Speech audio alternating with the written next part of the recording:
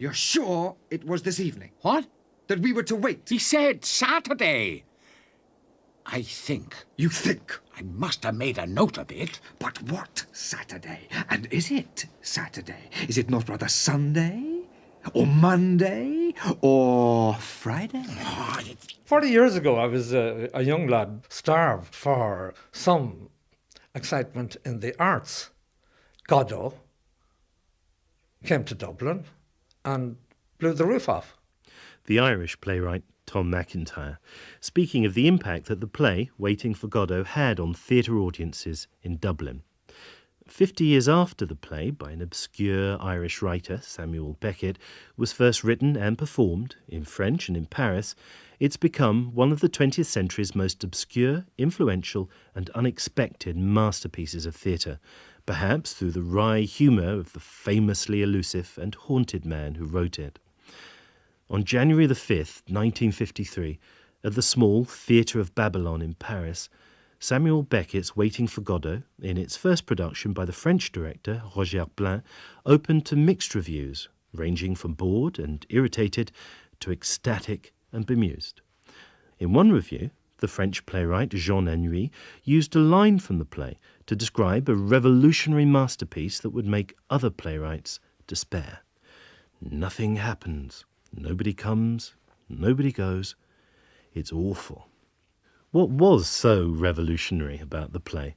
With two tramps, Vladimir and Estragon, waiting on a road, by a tree, that it could send a shiver through you, if you didn't just stand and walk out like many and sometimes most of its first night audiences. Tremendous shiver went through the Dublin theatre, and it badly needed it. We hadn't seen anything like this. The strange power of it, the newness of it. There was a debate theatre going on in Beckett that was entirely new. It's intellectually rigorous and demanding, and there's an Irish participle, argufying. There's a great deal of argufying going on. You're sure it was here? What? That we were to wait? He said by the tree. Do you see any others? What is it?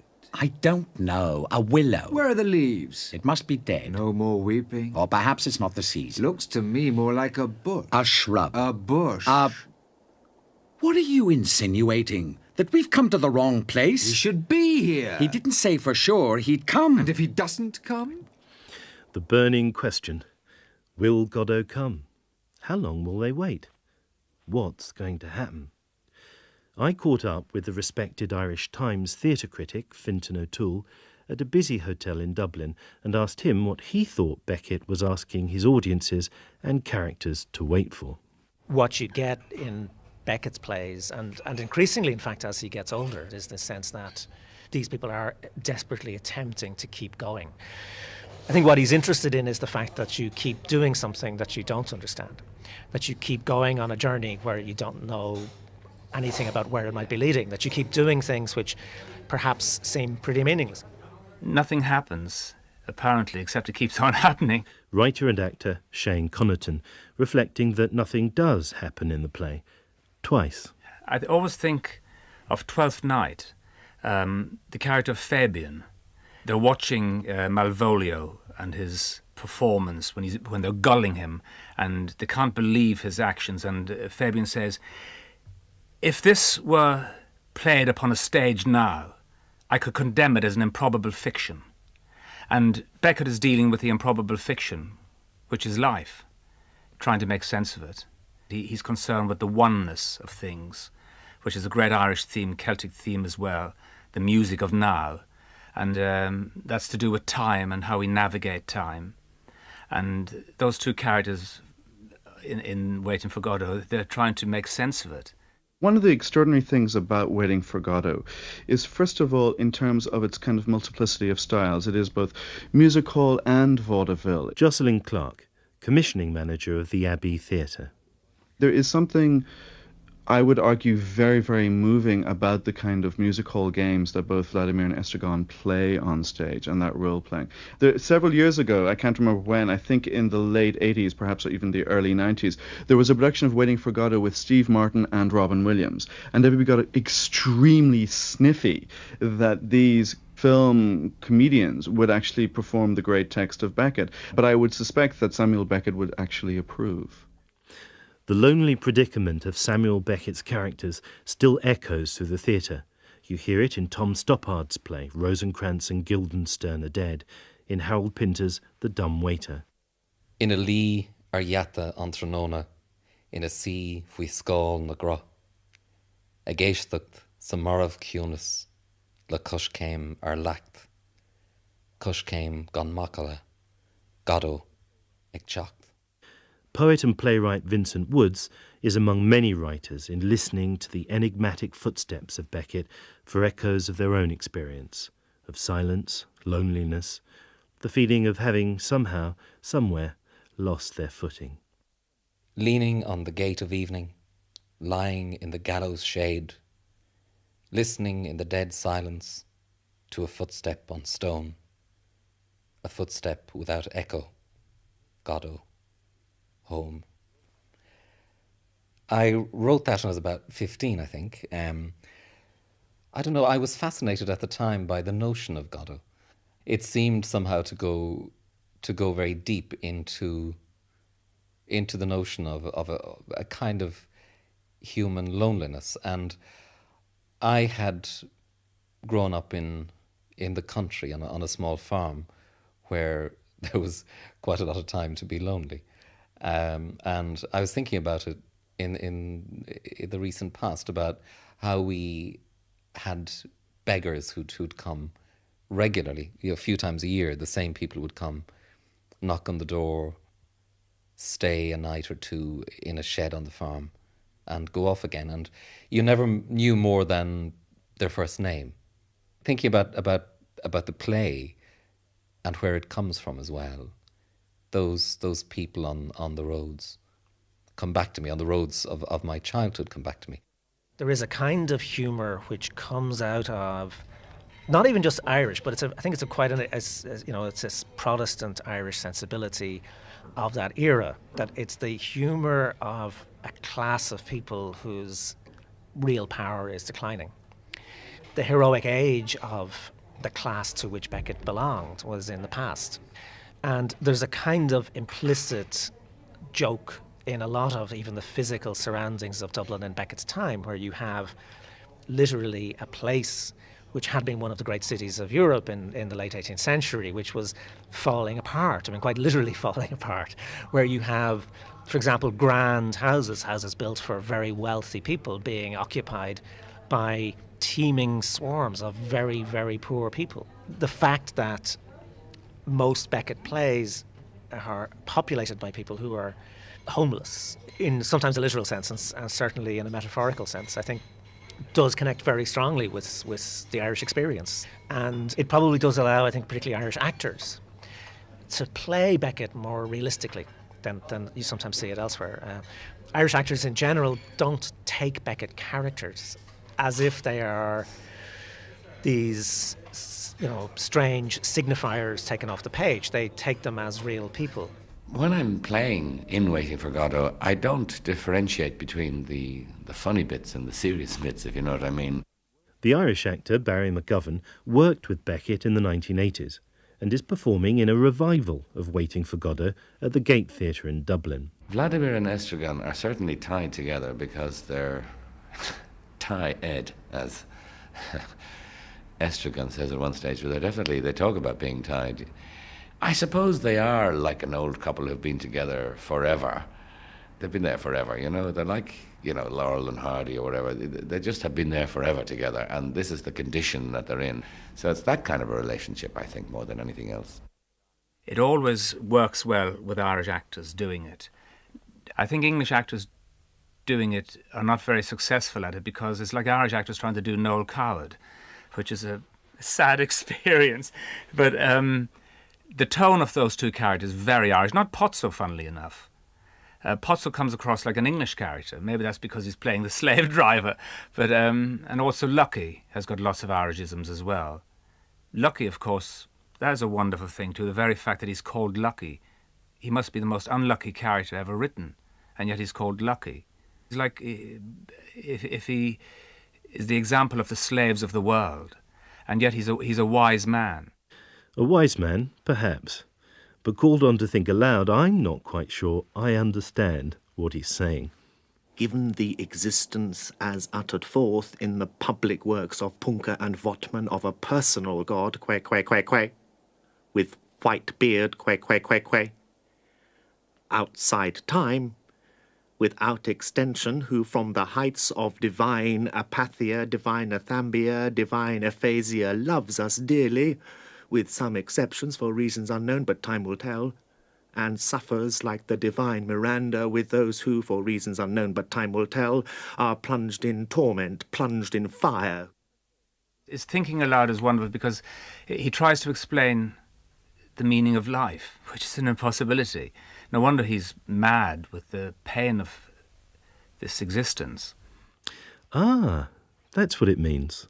I think the title Waiting for Godot was the first thing I encountered, and I was suspicious of the title because I was that rebellious kind of Catholic upbringing thing in Ireland. Visual artist Dorothy Cross remembers how much coming across Beckett's work meant to her. For me, it felt very much like some expectancy of some of religion, and I was struggling with religion as a teenager.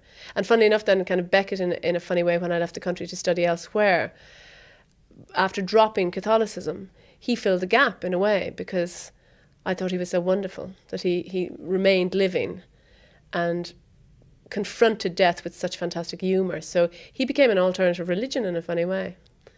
Well, it's a kind of survival and an amusement in the predicament. And that's what I loved about his attention to detail, the mundane, you know, the fart or the testicle getting caught in the bicycle wheel. And yet the persistence and the fact that he did continue, it kind of tied into the existentialists, that you all read when you're a teenager, the question of suicide, and you're glad in the end that they decide not to kill themselves. It's that kind of thing. So it's that perilous thing between death and life. Why don't we hang ourselves?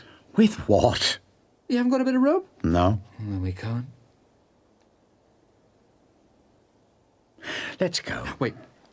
There's my belt. It's too short. You gotta hang on to my legs. And who'd hang on to mine? That's true.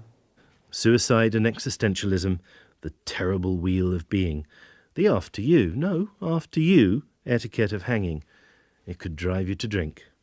But shouldn't that be a Pernod? Isn't this, after all, a French play? The anguish and black comedy of a theatre emerging from wartime occupation, from shock and denial. Isn't it that peculiarly French experiment, theatre of the absurd? I climbed the tallest tower in Paris, the Tour Montparnasse, to meet the editor of Lire magazine, Pierre Assuyer. One of the best French writers is Samuel Beckett in French. He is a French writer just because he wrote it in French. In France, we have a habit to say the real nation and the real citizenship of a writer, it's his language. The sound, his own sound, his particular sound in French is humor. It's a kind of humor you will never find in French theatre.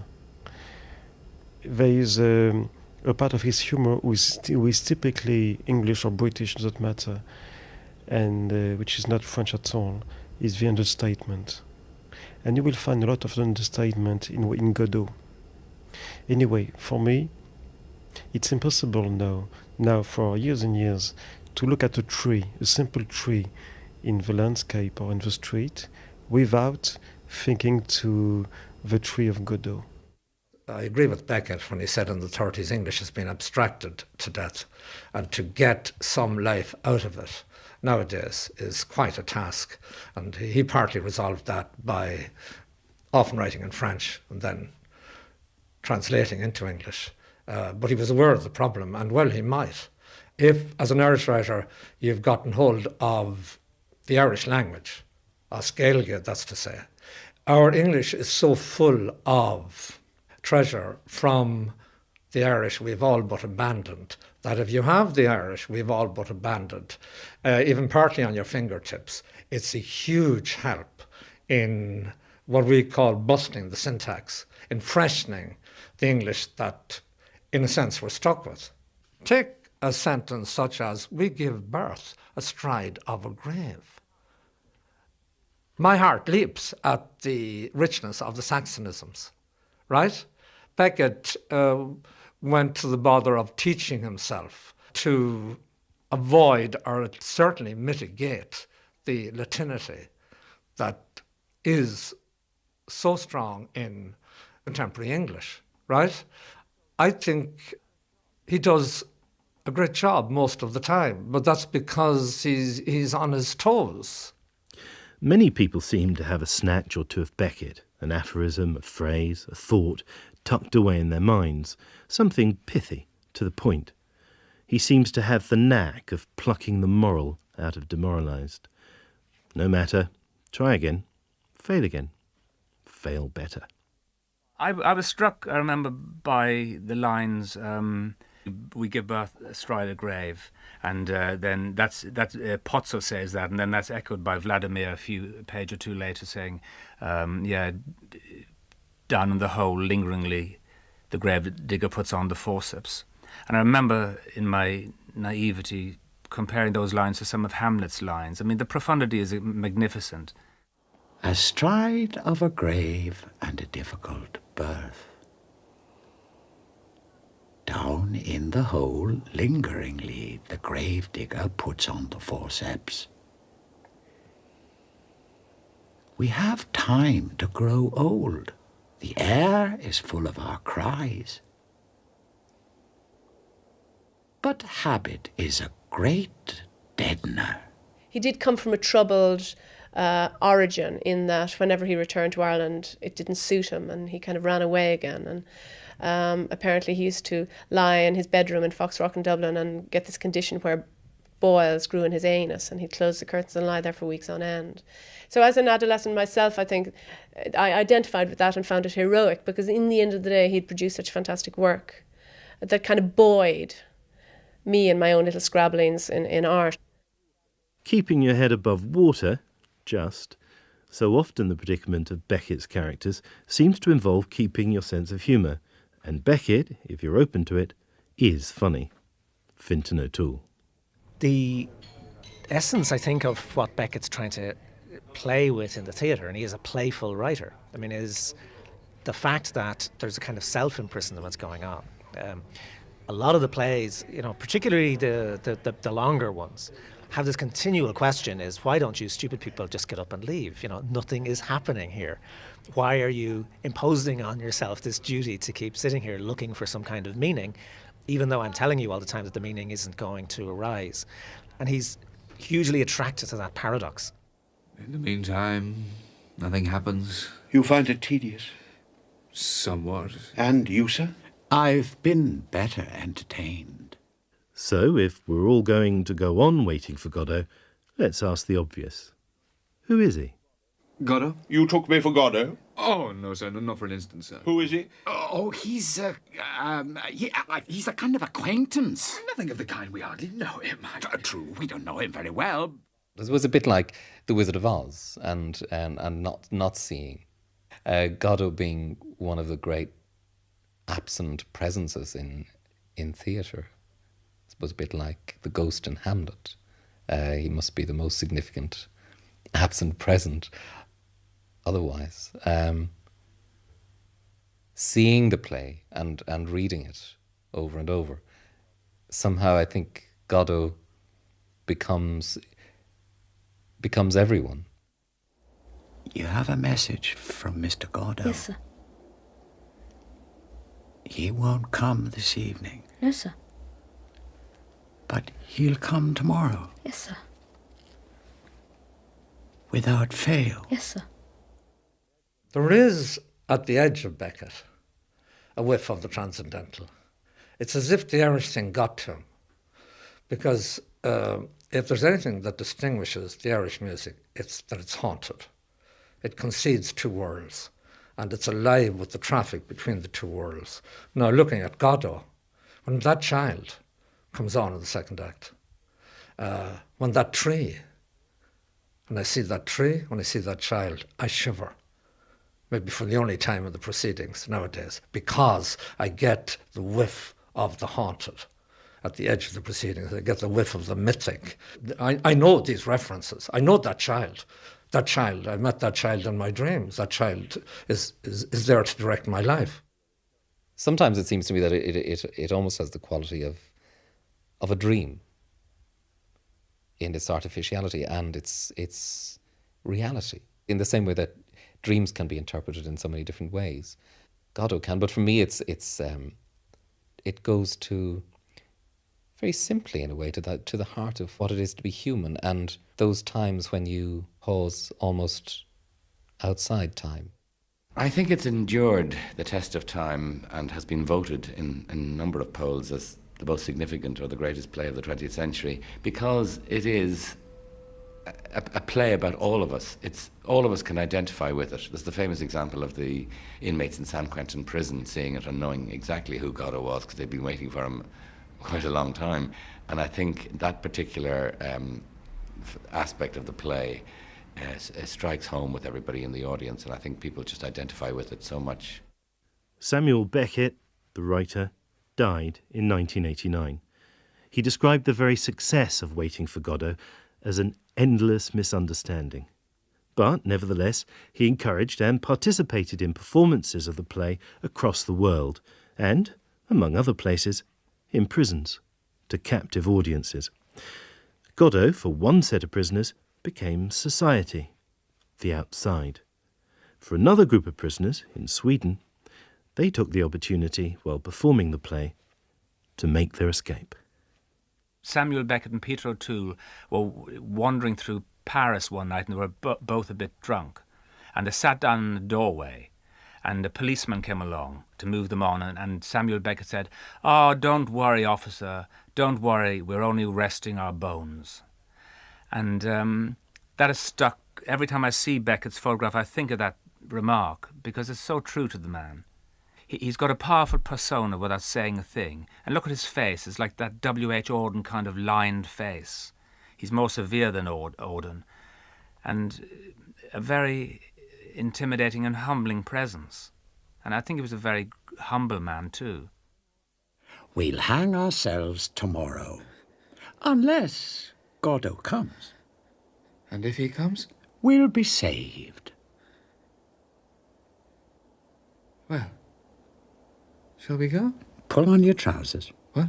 Pull on your trousers. You want me to pull off my trousers? Pull on your trousers.